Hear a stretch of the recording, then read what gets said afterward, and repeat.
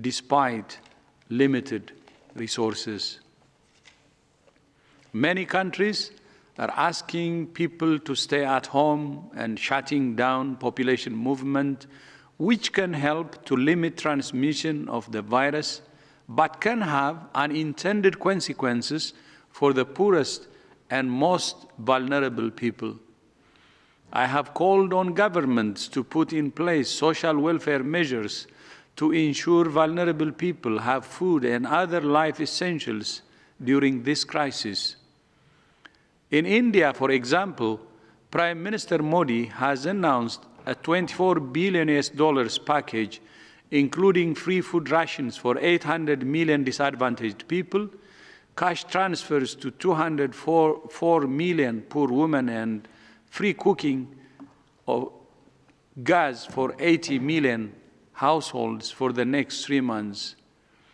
Many developing countries will struggle to implement social welfare programs of this nature.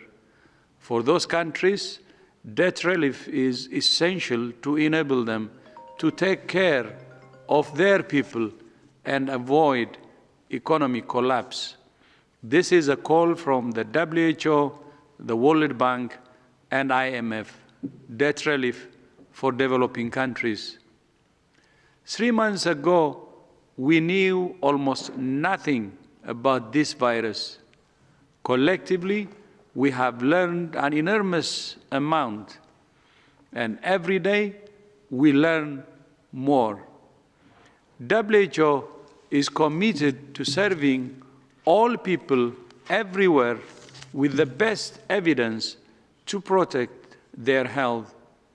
WHO develops guidance based on the totality of evidence collected from around the world. Every day, our staff talk to thousands of experts around the world to collect and distill the evidence and experience. We constantly review and update our guidance as we learn more, and we're working to adapt it for specific contexts. For example, we recommend hand washing and physical distancing, but we also recognize this can be a practical challenge for those who lack access to clean water or who live in cramped conditions. Together with UNICEF and the International Federation of the Red Cross, we have published new guidance for improving access to hand washing.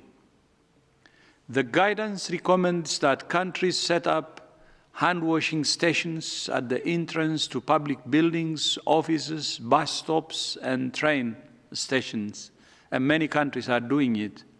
We're also working hard with researchers all over the world to generate the evidence about which medicines are most effective for treating COVID-19.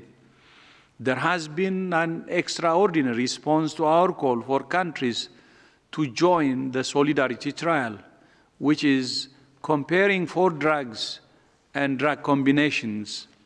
So far, 74 countries have either joined the trial or are in the process of joining.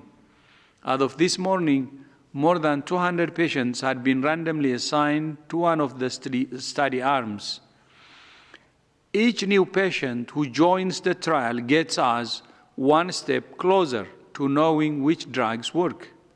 We're also continuing to study the evidence about the use of masks. WHO's priority is that frontline health workers are able to access essential personal protective equipment, including medical masks and respirators. That's why we're continuing to work with governments and manufacturers to step up the production and distribution of personal protective equipment, including masks. There is an ongoing debate about the use of masks at the community level. WHO recommends the use of medical masks for people who are sick and those caring for them. However, in these circumstances, masks are only effective when combined with other protective measures. WHO continues to gather all available evidence and continues to evaluate the potential use of masks more broadly to control COVID-19 transmission at the community level. This is still a very new virus, and we're learning all the time. As the pandemic evolves, so does the evidence, and so does our advice. But what doesn't change is WHO's commitment to protecting the health of all people based on the best science, without fear or favor. I thank you. Thank you very much, Dr. Tedros. We will now open the floor for questions. I will just remind you that we will try to keep one question per person, so we try to get as many as possible. As we were late, we will not be able to stay very long.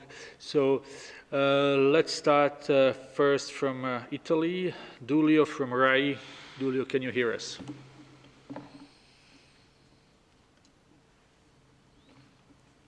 Can we try one more time? For Italy, Giulio, Gianmaria. Okay, we don't have a Giulio online. We may try to come back to him. Let's try to Jamil from Brazilian media. Jamil, can you hear us? Yes, can you hear me, Tarek? Yes, Jamil, please go ahead. Perfect. Dr. Tedros, thank you for taking my question. Yesterday, especially, President Bolsonaro has misused your words to justify his policy in Brazil. My question to you, what is your message to the Brazilian people and to the Brazilian leadership? Thank you.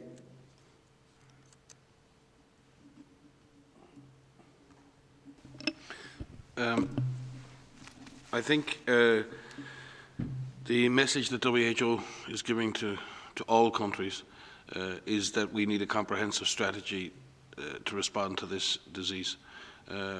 We need, in addition to any measures around lockdown, we need to put in place a comprehensive strategy based on surveillance, on public health intervention, case detection, testing, isolation, quarantine, and strengthening our health systems to absorb the blow, and the blow that many health systems around the world have had to bear over the last number of weeks, which has been a tragedy for all those caught up in it.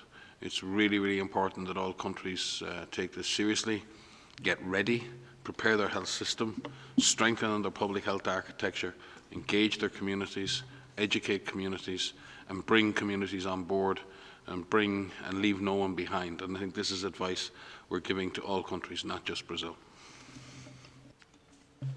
Thank you very much, Dr. Rand. We will try one more time with Giulio from Italy. He was on mute. Apparently, Giulio, are you available now?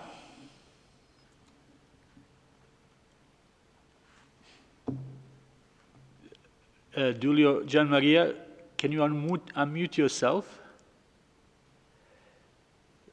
Well, apparently it is not working, so we will move on. We'll move to Stephanie from Reuters. Stephanie, can you hear me? Thank you. Yes, can you hear me? Yes, please, go ahead. Thank you very much. Perhaps a question, a data question, perhaps for Mike. China has now disclosed that it's, the number of asymptomatic cases, and that they're not counting it in their statistics that they are reporting as confirmed cases. I wondered if you could comment for us, please, and put it in some context. Today, for example, they said there were about 130 asymptomatic cases, which they're excluding from their figures. Can you help us understand that? The South China Morning Post has said that, according to classified data, there's 43,000 cases. So how does that tally as a ratio with, 80,000 confirmed cases? And are you getting an accurate reading of the situation, giving you an accurate picture? Thank you. Hi, Stephanie. Great to hear your voice again. I'm going to pass to Maria on this because Maria's been tracking this one. Thanks, Stephanie. So with regards to the reporting of cases, our case definitions include laboratory confirmed cases regardless of the development of symptoms. because we know that there are individuals who are followed up through contact tracing, and they're identified very quickly. And some of those individuals who are identified have not yet developed symptoms. And so it's important for us to capture those individuals as part of case detection, as part of surveillance. Because from data that we've seen from China in particular, we know that individuals who are identified, who are listed as asymptomatic, about 75% of those actually go on to develop symptoms. So when we look at our language and we look at what proportion of the reported cases are asymptomatic, it's important to classify those as no symptoms and PCR positive, and then do not go on to develop symptoms. Those individuals who are identified as asymptomatic at the time of reporting and go on to develop symptoms, so 75% of those, are actually pre-symptomatic. They're in that pre-symptomatic phase. And then, of course, most of the people that are identified are symptomatic. And we know that through transmission, the transmission of this virus is driven by people who are asymptomatic. But it is important for us to capture that full spectrum of illness, that full spectrum of detection through surveillance. So again, our case definition includes laboratory confirmed cases regardless of the development of symptoms.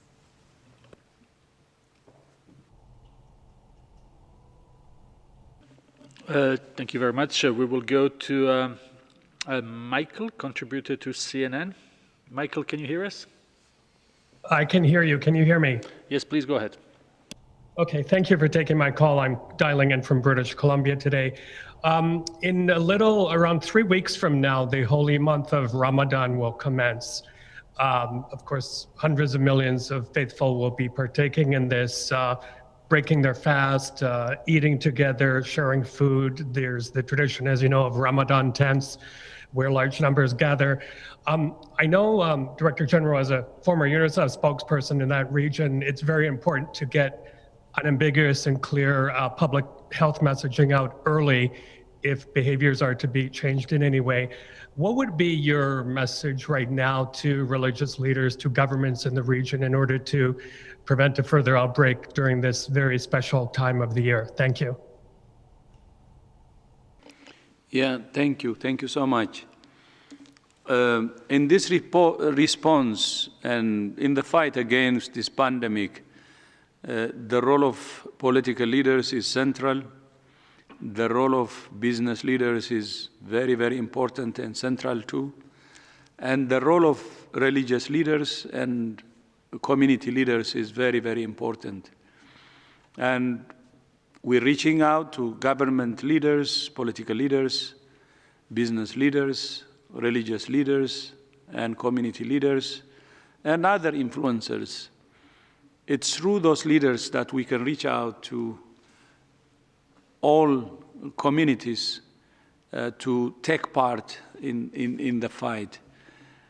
Then having said this, with regard to Ramadan, as you have been following, countries in the Middle East have been doing everything they can to limit the spread of the virus. And we will continue to engage them. And I know that we will have an amicable solution on this one too. We're very close and closely working, and our cooperation so far is very, very successful, and we hope that we'll continue in that spirit. By the way, not only something they're doing for their own region, we're getting a lot of financial support from the Middle East and from the Arab League members.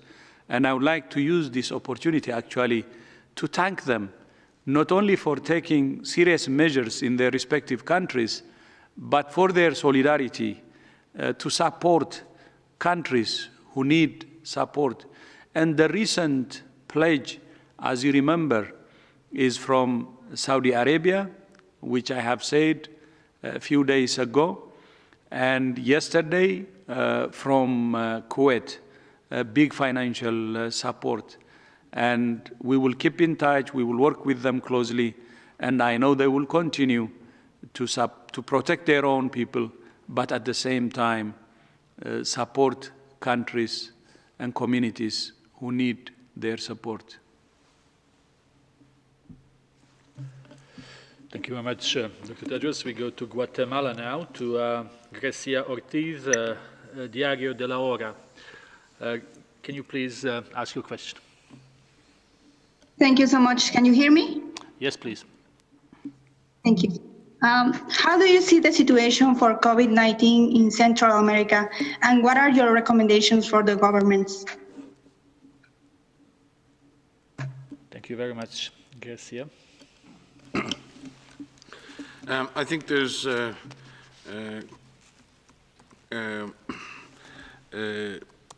countries of Central America are sort of at the beginning or the upcycle of the epidemic. There are different capacities in different countries and different risks and different threats. There are lots of vulnerable people, migrants and others who are scattered throughout the sub-region, and there are many other communities who may be left behind as well.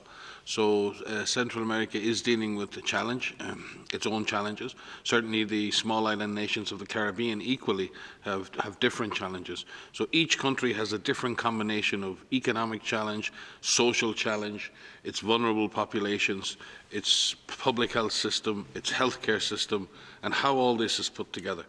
And it's really important that each country, and I am glad to report that almost every country in Central and South America now has a national action plan that is being supported by the international community, in many cases by humanitarian partners in the UN system and NGO partners. And some countries do need that external assistance.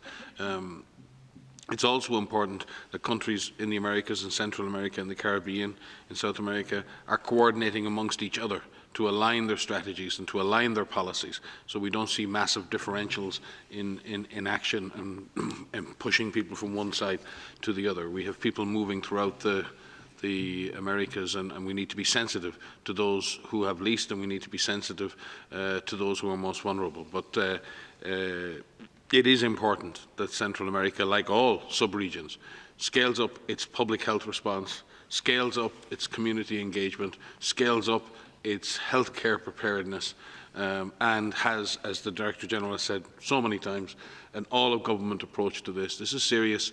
This is a deadly virus. People will get through it, countries will get through it, but we must build the architecture of public health, the architecture of our health system, if we're going to get out of an interminable cycle of economically punishing lockdowns and shutdowns. We must get back to be able to control this virus, live with this virus, develop the vaccines that we need to finally eradicate this virus. So, as I said, the message to Central America is very similar to that to the rest of the world.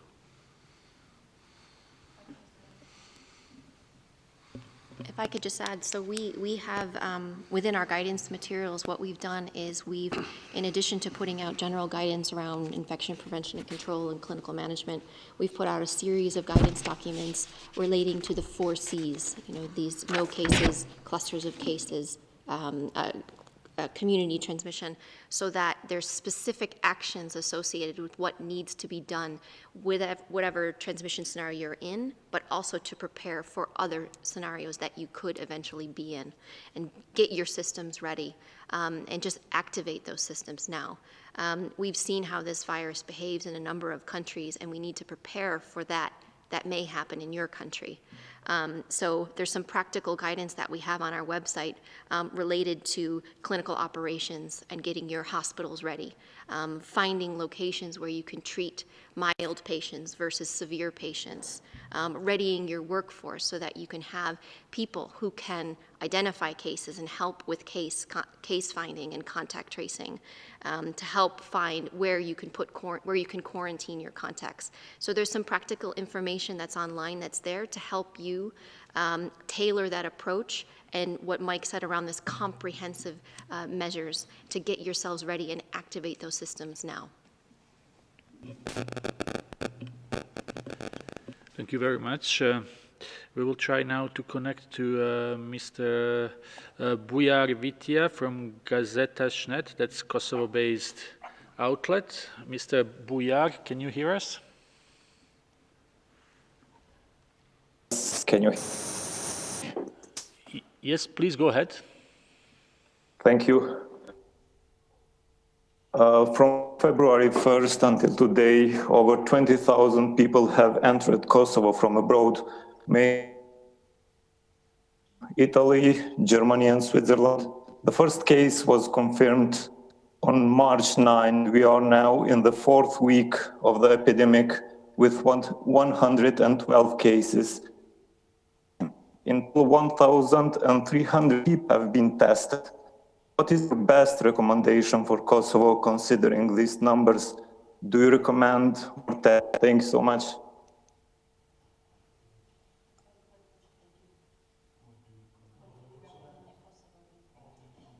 Okay. Kosovo is a country that has obviously emerged from very difficult time, has had to rebuild its health service, and kafala to everybody in Kosovo. I spent many months in Kosovo helping to stabilize the health system in the aftermath of the great difficulties there. And I know deeply the vulnerabilities and the challenges the health system in Kosovo and the people of Kosovo have faced over the years. And the health system in Kosovo is still vulnerable. It has many excellent professionals within it. It's a hugely committed workforce. But we do need to ensure that we have in place good surveillance. Kosovo has had and built an early warning system that's syndromic. It needs to build on that. Kosovo needs to have an active system of detecting cases. We need to have the testing in place, and we need to invest in building the community's response and having community-based surveillance and strengthening the healthcare system so that you can deal with infected cases.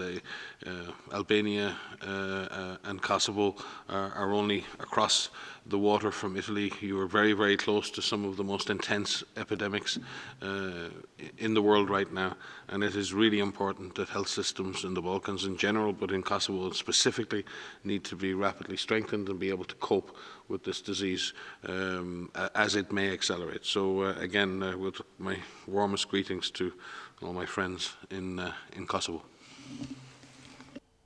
Thank you very much. We have more questions from the Balkans. We may come back to them later. Let's go now to India. Do we have someone from India today? And that's Hi, my name is Ankit Kumar. I represent India today. Yes, Ankit, please go ahead. My question is the World Health Organization been tracking the developments in India? How will you comment on the progress made by India in the first week of lockdown, and how do you assess the results so far? Thank you. I think it's a little early to assess the results of the lockdown, but I think we need to step back and assess the results of the response in general. Lockdowns and shutdowns are really should just be part of an overall comprehensive strategy.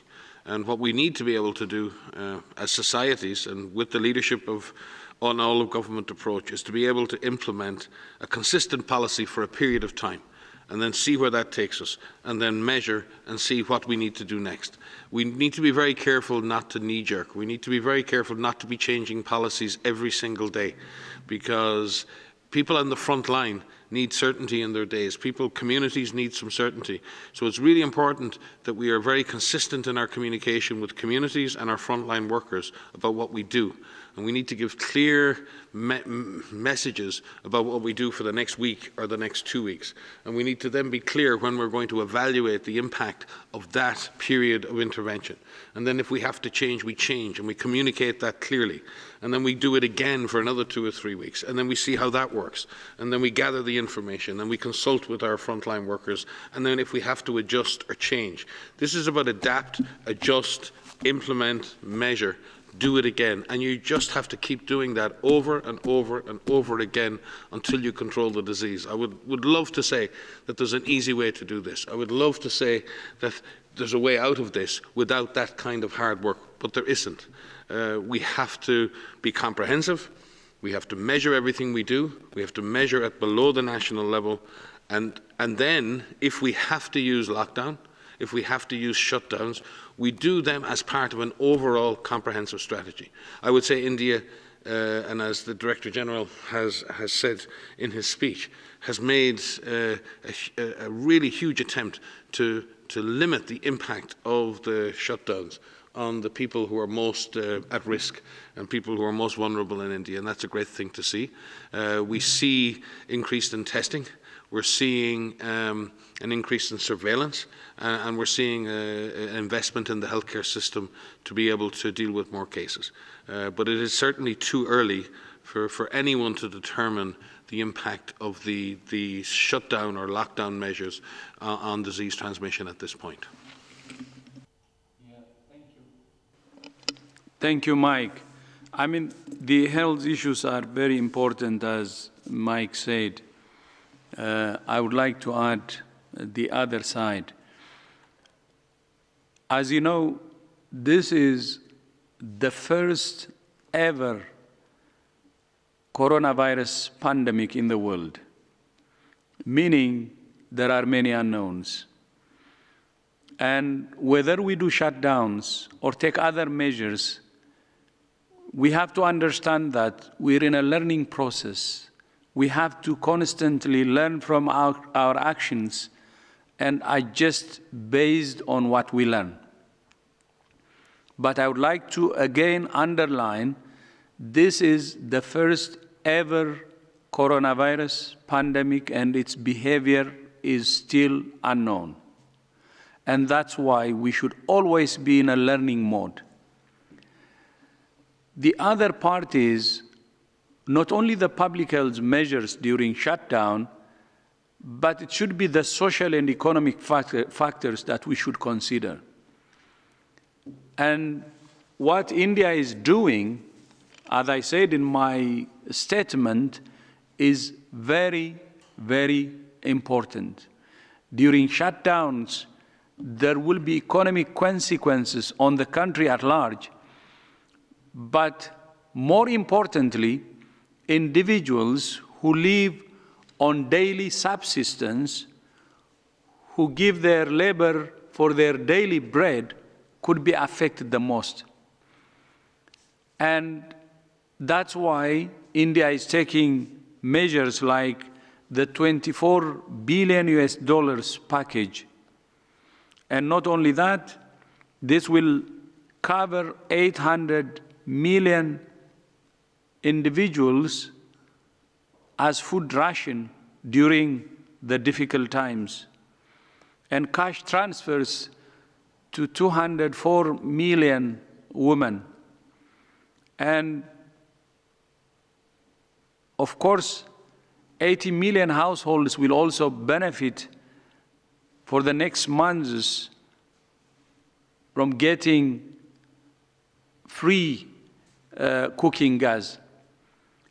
That's the kind of support we said it should be given. So we should not see it from the public health part alone, but see it from the angle of what the consequences of these public health measures will be on the community and try to support our citizens. And this should be seen during these difficult times, during the lockdowns as so-called, and that's how we can get the best impact, but at the same time cooperation from our communities too, because if we understand and try to help them. But there was another important element I mentioned in my presser today because it's very important, I'll repeat it. Many countries, many developing countries, cannot really support their society, especially during lockdown, especially on those community members who work for their daily breads. And that's why we called on the international community to have a debt relief to support those countries. But as you also know, debt relief processes are actually lengthy. But what we're proposing together with the World Bank and IMF is an expedited process to support countries so their economy will not be getting into crisis and their communities will not be really getting into crisis. this is a time when we need solidarity, not only for public health, but also to address the economic and social challenges that many countries are facing as we speak. I will repeat with what I started. This is a pandemic for the first time caused by a coronavirus and whose behavior is not really known, and we have to stand in unison to fight this unknown and dangerous virus.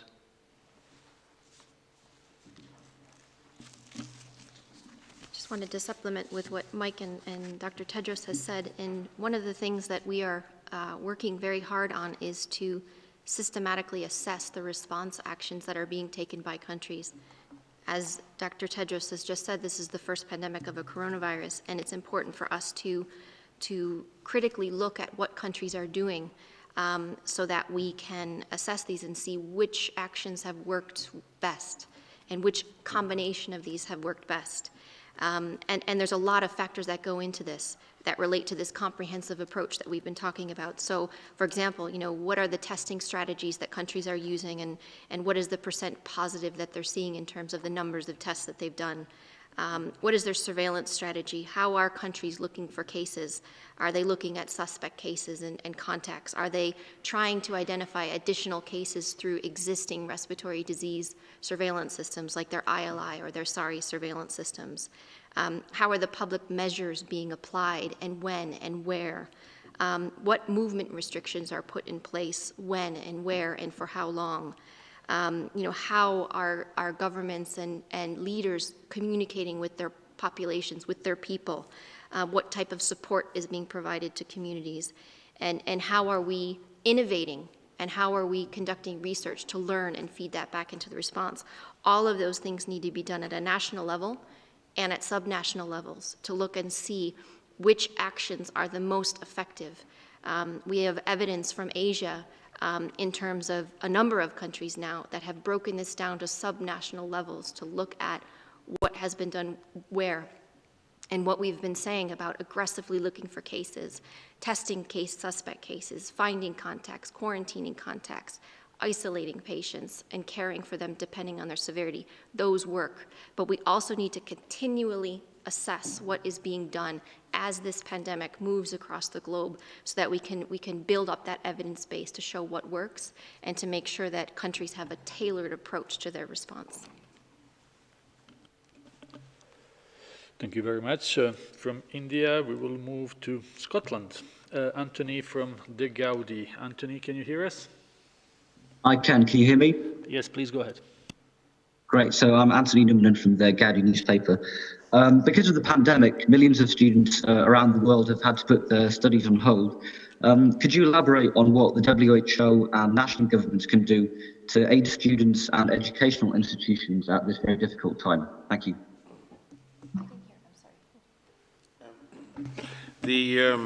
Well, first of all, we thank all the medical, nursing, physiotherapy and other educational institutions around the world who've done such a fine job turning out such wonderful professionals who can come and help on the front line in so many countries.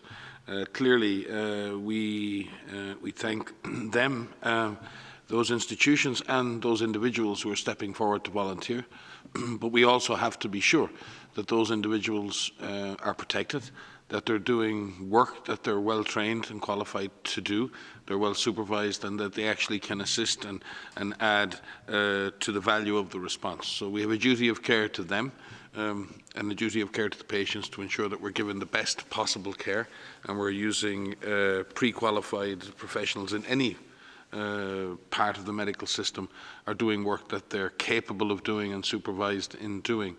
It's also obviously very important that at some point that these students, particularly the ones who are near final exams, have the opportunity to qualify and get into the system. And I'm sure that national medical, nursing and other educational policies are being adjusted and adapted to see how that can be achieved.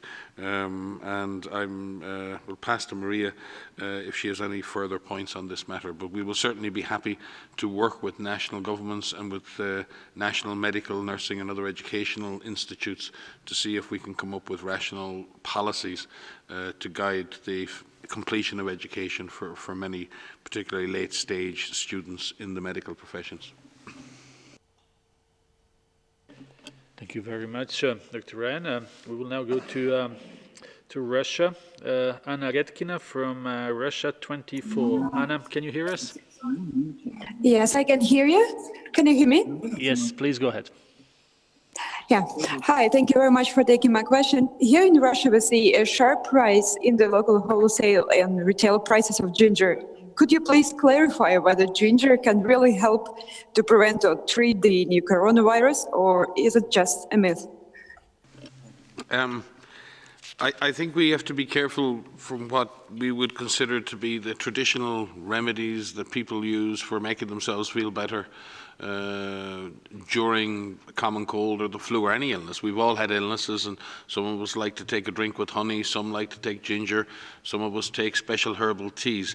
Anything that makes one feel better, anything that provides that reassurance, and anything that you believe can help your health that's not dangerous, certainly has a positive impact on your health.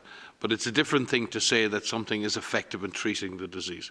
At this moment, there is no therapy that has been proven to be effective in the treatment of COVID-19. We've explained, and the DG has explained actually earlier, about the Solidarity trials and many other trials that are testing many, many different compounds around the world, including the ones that are most promising.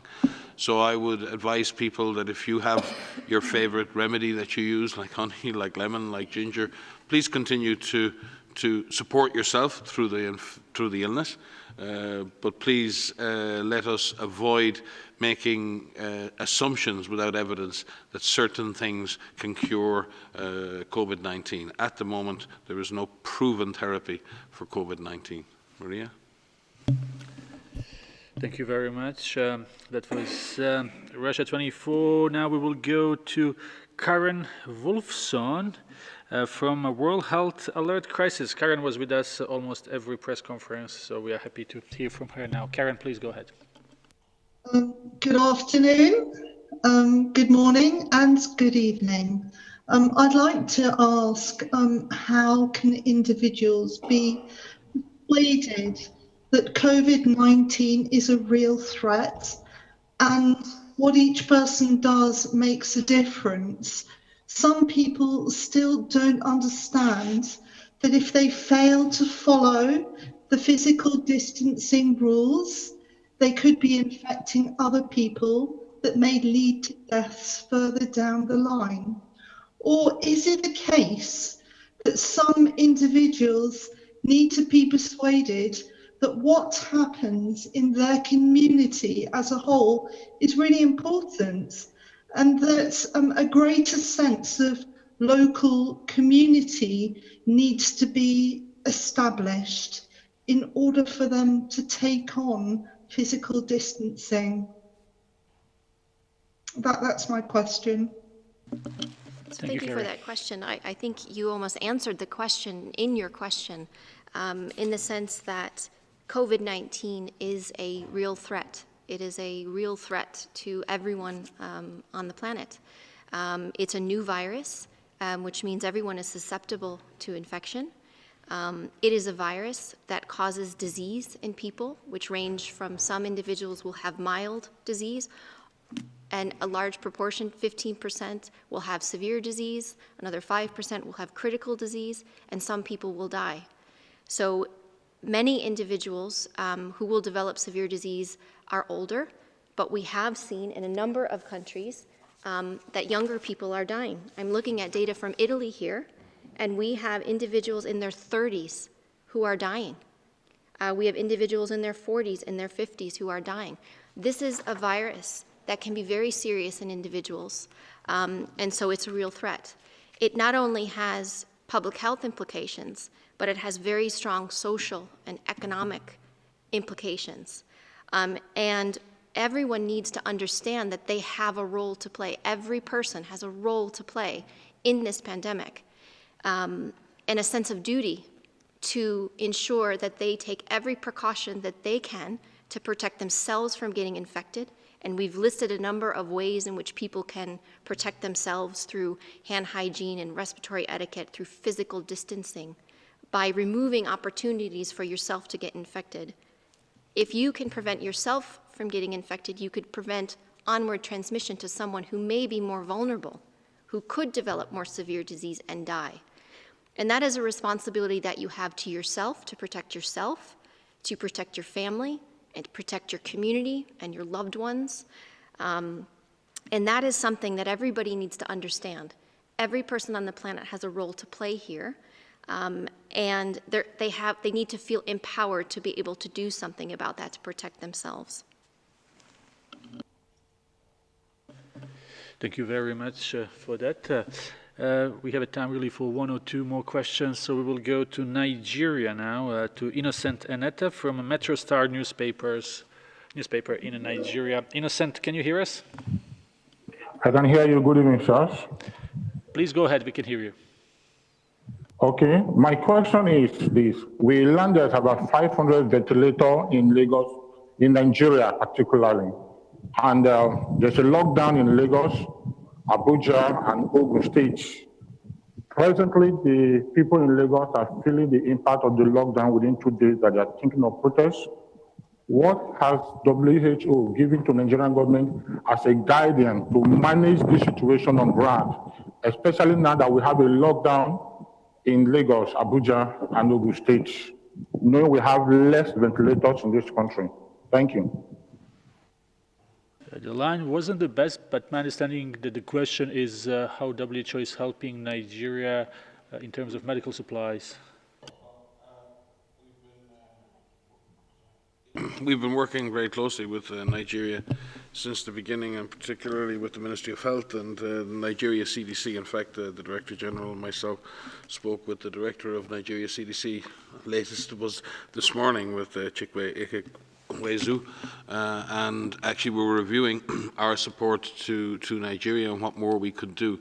We have been supporting lab diagnostics, we have been supporting with the creation of isolation facilities. We have actually been in Nigeria supporting Chikwe and his teams and the Nigeria Ministry of Health for years on Lassa control, on monkeypox control, on cholera control. We don't come to Nigeria. We don't arrive in Africa and on the continent. We are there. We are there every day of every week of every year, working hand in hand with our colleagues at Ministry of Health and our other partners in the UN system. We've been beefing up our support, strengthening our country office, and again supporting on clinical, medical, and on laboratory science. In fact, Nigeria has developed a very strong public health approach in the last number of years, and first country in Africa to establish a full Centre for Disease Control, which has been inaugurated by the government only last year. So yes, there are challenges, and there are certainly challenges in a country as big as Nigeria, with the diversity of climate, the diversity of population, the diversity of contexts, from the northern Nigeria all the way through the tropical zones in southern Nigeria to the massive cities of Lagos. So there are challenges, but there are great capacities in Nigeria. We will continue to scale up our support, particularly on laboratory diagnosis, and we spoke with Dr. Chikwe about that this morning. We will continue to ramp up our support around medical protective gear, and certainly Dr. Chikwe was very clear on what he needed more from WHO, and we are determined to deliver that in the interests of the people of Nigeria. Thank you very much. We will go to our last question for tonight, and I will apologize to all those who wanted to ask the question but were not able. We are trying, as you can see, to get questions from as different places, as different outlets as possible. So last question, we go back here to Switzerland, to Laurent from RTS. Laurent, can you hear us, please? Yes, I can hear you. Can you hear me? Yes, please go ahead. Yes, thank you for taking my question. So we've learned that China is now counting asymptomatic cases. In this light, how can the public trust the previous numbers that have been given by China? And if the World Health Organization agrees that numbers are important in this fight against the pandemic, what can be done to keep countries like China accountable and transparent, lest there can be some perceptions by the public that the World Health Organization itself is being manipulated or taken for a ride in this crisis? Thank you. I think Maria addressed the issue of asymptomatic infection before, so I hope you were able to listen to that answer.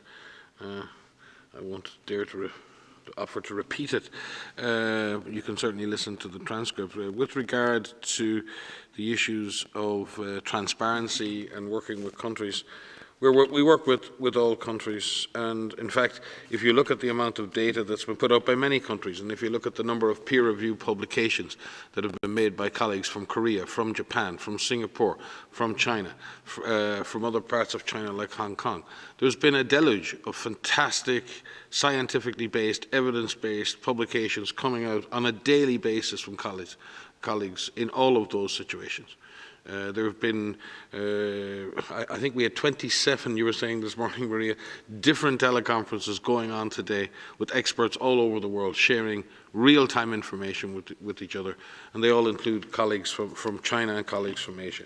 So I think we need to be very careful also not to be profiling certain parts of the world as being uncooperative or non-transparent. And we need to look at transparency across the board. We need to look at solidarity across the board.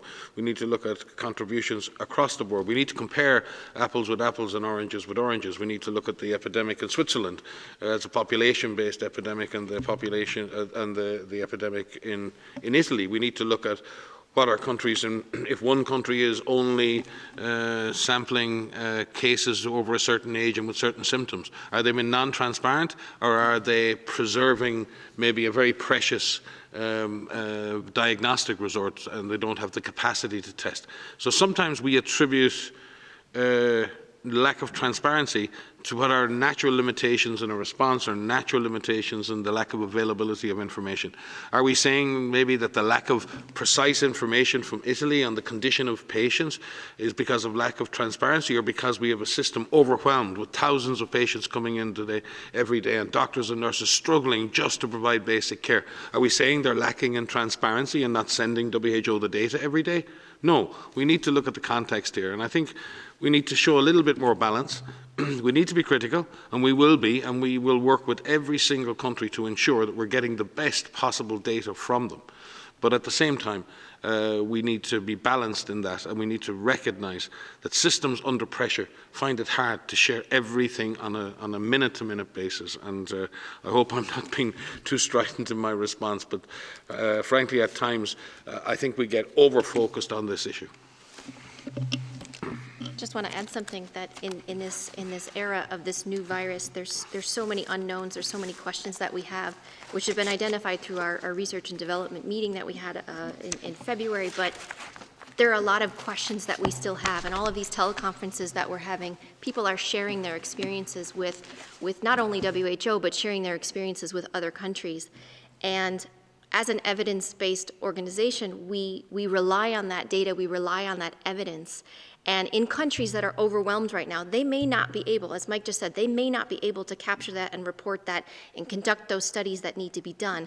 But other countries that aren't as overwhelmed or that have higher levels of capacity, there's certain research that can be done right now that could answer critical questions around virus shedding, around modes of transmission, around many different things, natural history. And so it's almost like a call to action here in this solidarity that we have for this virus to try to better capture the data and the results from studies where we can, so that it can feed in and it can help other countries that may be overwhelmed at the present time. So we are seeing that. We are seeing countries that are doing studies that are sharing results. And we hope that that will continue. We know that that will continue. And we're very happy to collaborate with a large number of groups regularly through teleconferences and reading those papers. I have to say, it's even hard for us to keep up with the papers, but we have large numbers of teams that are going through those publications, and we thank groups that are sharing their publications, pre-publication materials with us, because it's all reviewed and it's all fed into our evidence. We would like to add to that. I earlier said this is the first ever pandemic caused by a coronavirus. But to that, I will also add, it's a new virus too. So two things here. One, it's a new virus. And second, it's the first ever pandemic by a coronavirus.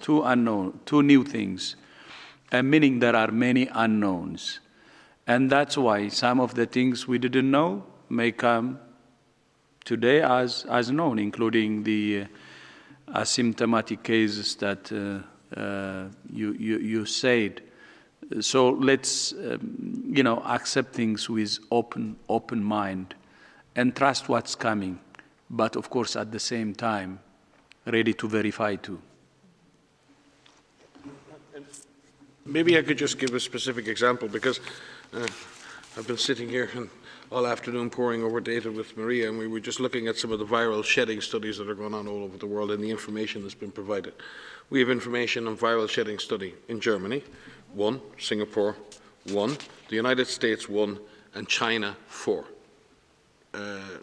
That's what I was looking at this afternoon. We thank all of those countries for sharing that early data with us on viral shedding, because this is helping us form policies on everything from the use of masks to the length of infection to many of the other risk factors with this disease. We thank all countries who are sharing this preliminary early information with us. But we also understand that some countries are in the middle of the fight of their lives and they can't necessarily collect this data at this moment in time.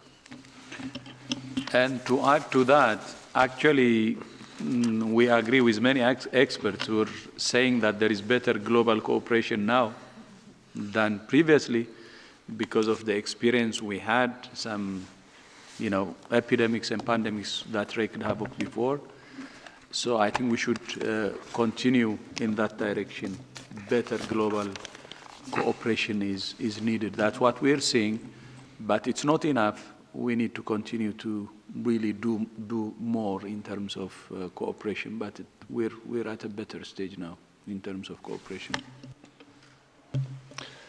Thank you very much. I think this was a very important message to give to the world. We will conclude here.